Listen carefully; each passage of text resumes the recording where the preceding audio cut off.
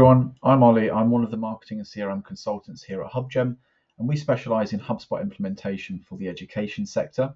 And in this series of videos, I'm going to be outlining the AI features that HubSpot CRM offers and how to actually use them. Now, building onto the sort of sessions we've already posted, if you haven't seen those, go and check them out. We've been so far going through the settings, how to set up all the AI settings within HubSpot so you can use them how you want to. And then last time we also went over an overview of the kinds of things you can expect Copilot to start doing for you around the account.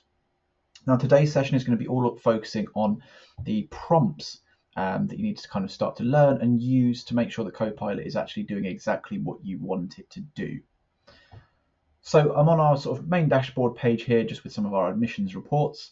I'm going to navigate up to the top bar where we have our Copilot logo. I'm going to click on that, and then Copilot is going to slide in for me with a brand new chat.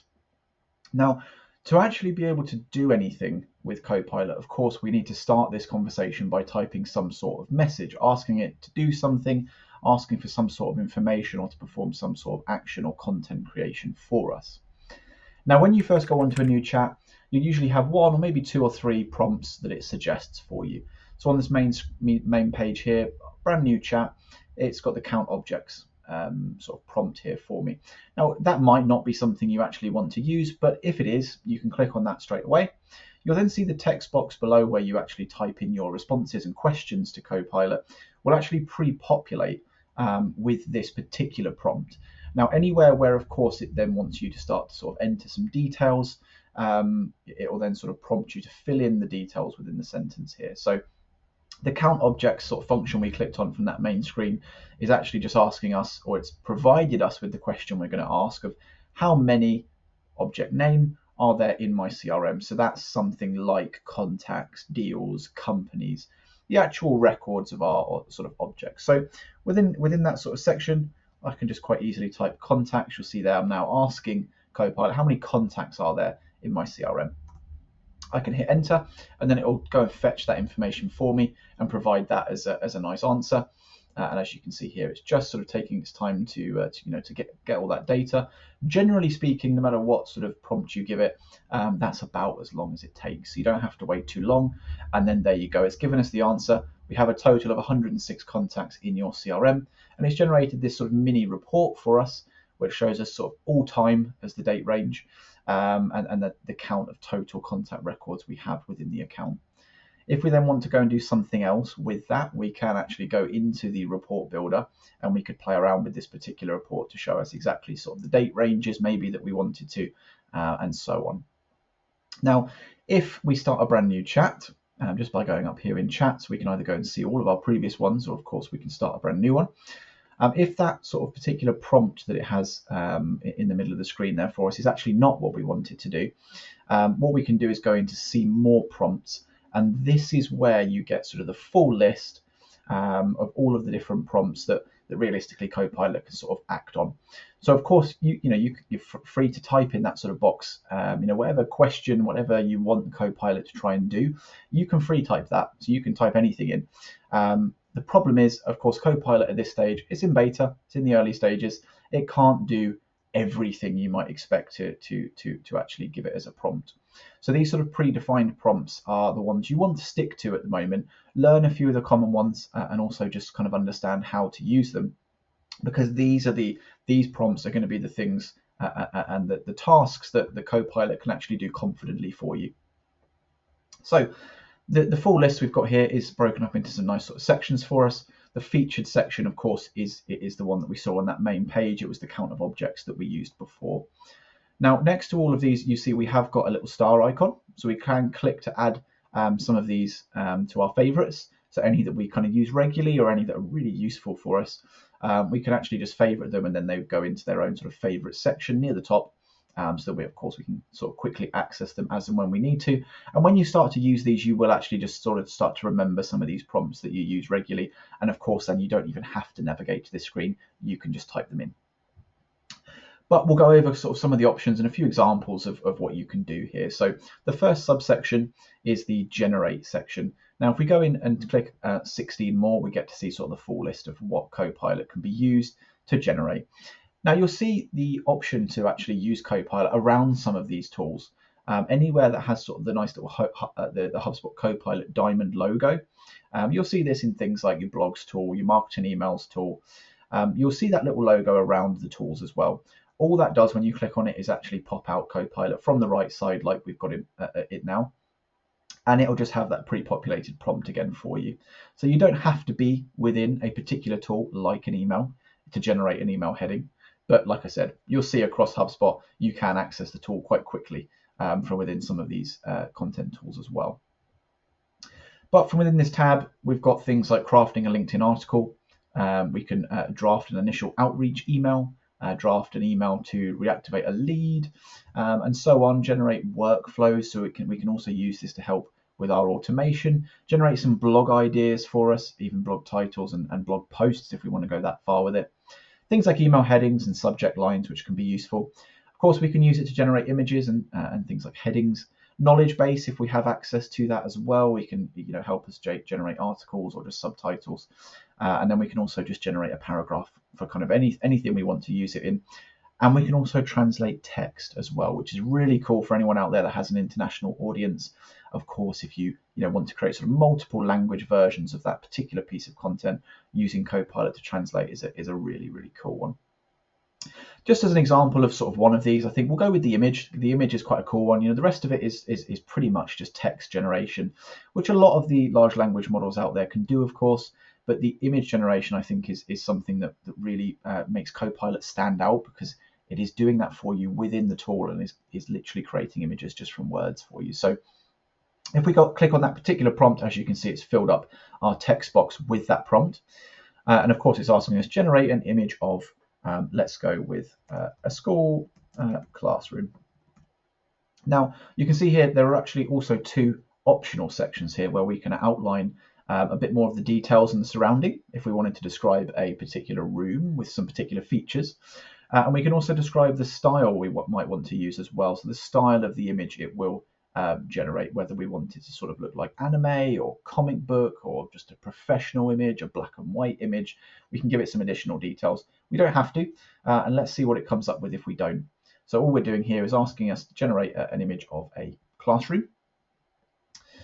Without those optional bits sort of in there. Of course, you can add as much detail as you want to kind of generate exactly what you wanted to produce, whether that's text, whether that's imagery. But you can see here, it's generated a pretty standard image of what I'm sure we all sort of imagine a classroom to look like. And of course, if we like that particular image, we can save that image into our HubSpot database, where all of our previously uploaded images will actually sit. And then, of course, when we go into our sort of content tools and we browse images, and we will now have that image available to us. Now we'll navigate back into all prompts, and we'll have a look at the next sort of section, which is the summarize section, as our reports regenerate themselves in the background there. Now within the summarize section, again, there's not a huge amount additional to go into, but we have 5 options here where we can summarize an article, summarize a company, contact, deal, or ticket. So again, summarizing our contacts is one that we showed off in the last video, which you can also access from any of the particular objects records as well. We can quite easily summarize the objects that we got there, or summarize an article as well. The next one we've got is research. This one has a lot more sort of prompts that we can have a look at, additional 15. So if we click into that, we can then see all of the different sort of prompts we can do in terms of it researching some sort of information for us, but it will also perform some actions in here as well. So you can use this to assign a contact to yourself. So of course, if you know the contact's name, you could very quickly go into here and just say, assign this contact to me. You can do a count of objects, which is the one we looked at right in the beginning. We can find contacts with a specific property value, find deals that are closing soon, find deals with any action that might be needed as well. We can find any unowned deals, list objects for an owner.